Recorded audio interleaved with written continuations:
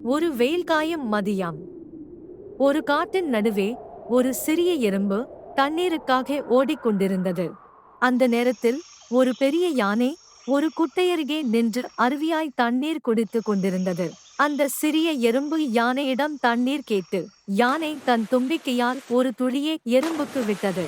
எறும்பு அதை பார்த்து மகிழ்ச்சியுடன் சொன்னது, ரொம்ப தேங்க்ஸ் யானை அண்ணா. ஒரு நாள் அந்த யானை வேட்டைக்காரரின் வலையில் சிக்கிவிட்டது. அது உதவிக்காக கர்ஜித்தது. அந்த சத்தத்தை கேட்ட எறும்பும் அதன் தோழிகளும் ஓடி வந்து வலையை கடிக்கத் தொடங்கினர்.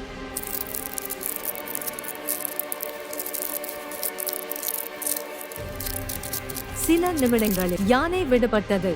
தன்னை காப்பாற்றிய எறும்புகளுக்கு யானை மனதார நன்றி சொன்னது. நல்லது செய், ஒரு நாள் நன்மை உன்னை தேடி வரும்.